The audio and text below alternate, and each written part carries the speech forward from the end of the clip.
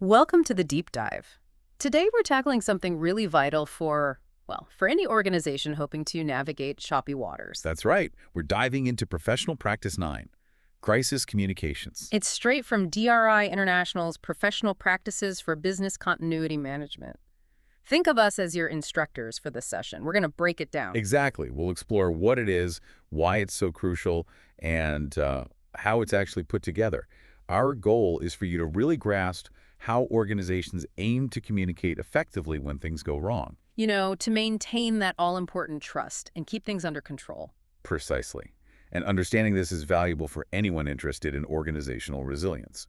So Professional Practice 9, at its heart, what's it driving at? It really has two main goals, doesn't it? It does. First, it's all about creating and, importantly, maintaining a solid crisis communications plan. You need it before the crisis hits. Right, you can't just improvise this stuff effectively. And the second goal? That's ensuring timely and, well, effective communication, both internally with your own people and externally with everyone else who needs to know during that crisis. Okay, so having a plan and then using it to communicate well when it counts. That's the core of it. Understanding these objectives really shows how organizations work to manage the crisis itself and protect their reputation and relationships. So let's dig into the first major part, designing, developing, and implementing that plan. Okay, the foundation. It sounds basic, maybe, but you have to emphasize it. Planning communication before a crisis is non-negotiable. Reacting in the moment, that's just asking for trouble. Absolutely. And the very first activity DRI outlines here is reviewing any existing plan you might have. You need to look for gaps, weaknesses, things you missed. Continuous improvement, right. Making sure it's always sharp. Spot on. And it connects elsewhere, too. Remember, professional practice, too. Risk assessment. Yeah. The risks you identify there. Exactly. Yeah. Those risks should directly feed into your communication planning. You figure out what kinds of incidents are plausible or would have a big impact, and you plan your communications around those scenarios. It's not generic. That makes a lot of sense. Yeah. Focus the effort where the risk assessment points. Okay, so you know the potential triggers. What's next in building the actual plan? Well, the next critical step is defining the plan's objectives. What specifically are you trying to achieve with your comms? Then the scope, what situations does this plan cover? And the structure, how is it organized so it's, usable under pressure? Getting that framework solid. Right. Then you figure out the logistics. Like the location for the crisis comms team could be a physical room, could be virtual. And this is huge, defining the roles and responsibilities. Who does what? That clarity seems essential. No time for confusion about who's in charge of what when things are moving fast. None at all. And the practice specifically calls out identifying a primary media contact, that one person who speaks to the press. The main spokesperson. Yes. And also establishing the governance for internal messages. Who signs off on what goes out to employees? That prevents mixed signals inside the company. Okay, clear roles, clear internal approval. Makes sense. And then you need to think really broadly about who needs to hear from you.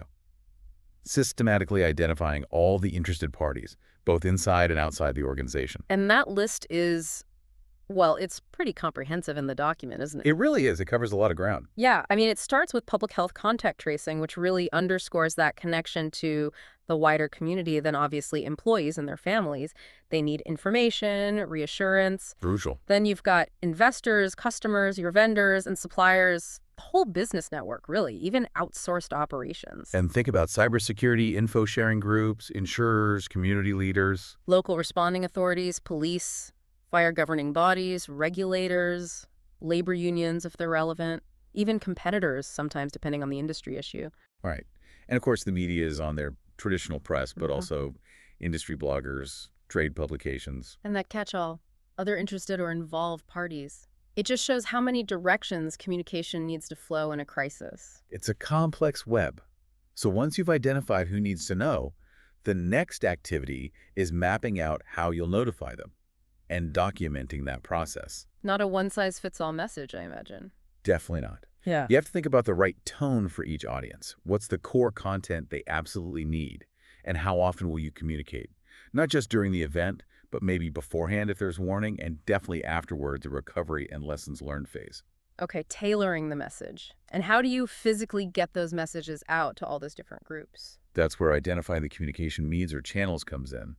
And again, the list in the professional practices is quite detailed. Right, I remember seeing that. It covers quite a range. It does. Everything from very personal methods, face-to-face meetings, personal phone calls, maybe even home visits in sensitive situations, Wow. to broader tools like mass notification systems, email lists, conference calls, your company intranet for internal folks. The more standard corporate channels. Exactly. And then for external audiences, press conferences, maybe a dedicated instant information phone line, traditional media, print, radio, TV. And we can't forget the digital side today. Absolutely not. Huh. The internet, social media platforms, which are incredibly fast, but need careful handling, blogs, vlogs. It really drives home that you need a multi-channel approach. Using different tools to reach different people effectively. Makes sense. So building on knowing who and how, you then need clear guidelines for, well, recognizing an incident has actually happened and assessing its potential impact. This triggers the plan at the right time with the right urgency. Okay, the trigger mechanism. And guidelines for that critical initial communication. What absolutely must be said right at the beginning, both as it unfolds and immediately after. Clarity and speed are key then. This sounds like it needs a dedicated team effort. Who actually pulls all this together and makes it happen? Good question. That leads right into identifying and formally assigning people to the crisis communications team, specific individuals with defined roles. Putting names to the roles. Yes. And once you have that team, you need top-level buy-in, getting formal leadership approval for the whole plan, the notification processes, everything. That C-suite endorsement is critical, isn't it? It shows the organization takes it seriously. It really is. And it ensures the team has the authority and, frankly, the resources they need. And it's not just about the comms team operating in a silo, right? They have to work with the people actually managing the incident. Precisely. So the next step is developing guidelines for how the communications team interacts with the incident response team. Coordination is vital. You don't want the responders doing one thing and the communicator saying another. Exactly. Everyone needs to be on the same page sharing accurate, up-to-date information. Okay. And to help make sure the messages are consistent, especially under pressure, I think the practice mentions templates. It does. Creating documented sample communications. Basically, pre-approved templates for different scenarios or message types. That must save precious time when things are hectic. Huge time saver. And helps ensure key information isn't missed. But just as important is having a clear approval process for all outgoing communications before they're released. A final check. Yes, a safeguard. Prevents releasing something inaccurate, incomplete, or, damaging in a high-stakes moment. It's about maintaining control of the message. Okay, so we've designed this comprehensive plan, got the approvals, the templates. But a plan on paper isn't enough, is it? Not even close. A plan is only as good as the people who execute it. Which brings us neatly to the second main component of PP9, communicating with and, crucially, training the crisis communications team members. Right, the human element. First step sounds simple, but it's essential. Get the plan into the hands of everyone assigned a role. They need to have it, read it, understand their part. But just giving them the document isn't training, right? Absolutely not. That's why the next, arguably more critical, step is providing thorough, ongoing training. What kind of things should that training cover? The practice gives some examples, doesn't it? It does. Potential topics include understanding the specific triggers for activating the plan. When do we actually start this process? Knowing when to flip the switch. Exactly. Knowing the notification procedures inside out, who contacts whom, how, in what order. Understanding the approval processes we just talked about, who signs off on what message. No confusion there. And the actual response procedures. What are the steps I need to take based on my role in this specific crisis? And finally, being proficient with the tools, the software, the conference lines, how to handle media calls properly. So it's practical hands-on knowledge, not just theory. Precisely. Yep. You need the confidence and the muscle memory to act effectively under pressure. And like any skill, you need to practice it, which I guess leads us straight into the next part, exercising and testing the plan. Perfectly segued. And this ties directly into Professional Practice 8, which is all about exercising and testing business continuity plans generally. So crisis comms testing shouldn't be separate. Ideally, no. The best way is to integrate crisis comms testing into your broader business continuity exercises. See how it functions in a simulated disruption alongside the operational recovery. It's more realistic that way. Okay, integrated testing. What does that look like in practice? Well, you need to determine the methodology for the test. What kind of scenario are you running? What's the scope? Just internal comms this time or external too? What are the specific objectives you want to test? Setting up the exercise properly. Right. And then, maybe the most important part, the debrief afterward. After every single test or exercise. The post-mortem. Exactly. What worked well, what didn't, what did we learn? Those lessons learned are gold. They feed directly into corrective actions and making the plan better. It's that cycle again. Plan, train, test, learn, improve. You got it. It's iterative. Which implies the plan isn't static. You can't just write it and forget it. Things change. Absolutely. And that's the final critical piece of Professional Practice 9, the ongoing review and updating of the plan. How often does that need to happen? The practice mandates reviewing and updating it at least annually, minimum. Okay, once a year at least. But critically, it also says you need to do it more often based on triggers. Like the results from your exercises and tests, if they reveal flaws, you update.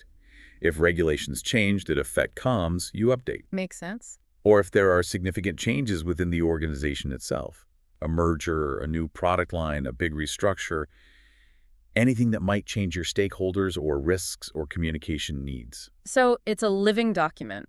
Needs Yeah. constant care and feeding to stay relevant and effective. That's the perfect way to put it, a living document. So when you pull it all together, the careful planning, the trained team, the regular testing, the constant updating, you really see how vital this is. It is. It's fundamental for organizational resilience.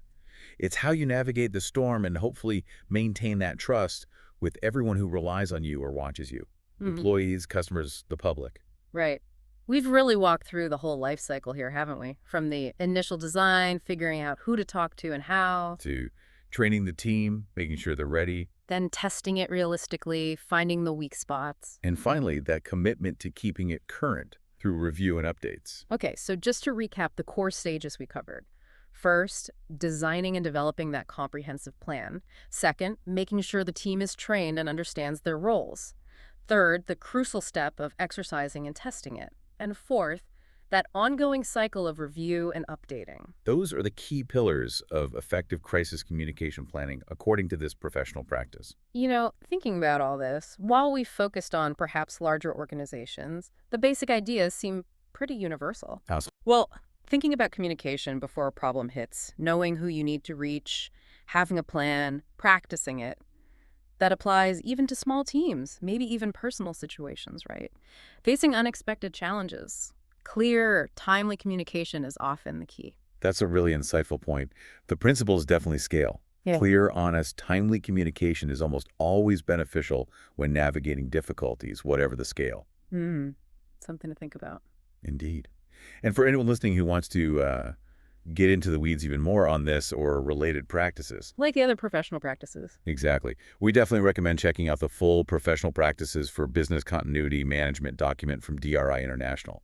It provides a complete, holistic view of resilience. Absolutely. You can find that and a lot more information on their website. I believe it's DRII.org. That's the one, DRII.org. Great resource. Well, thanks so much for joining us on this deep dive into crisis communications. We hope it's given you a clearer picture of why this is so critical. Hope it was helpful. Until our next exploration, stay curious, keep learning, and maybe think about your own communication plans.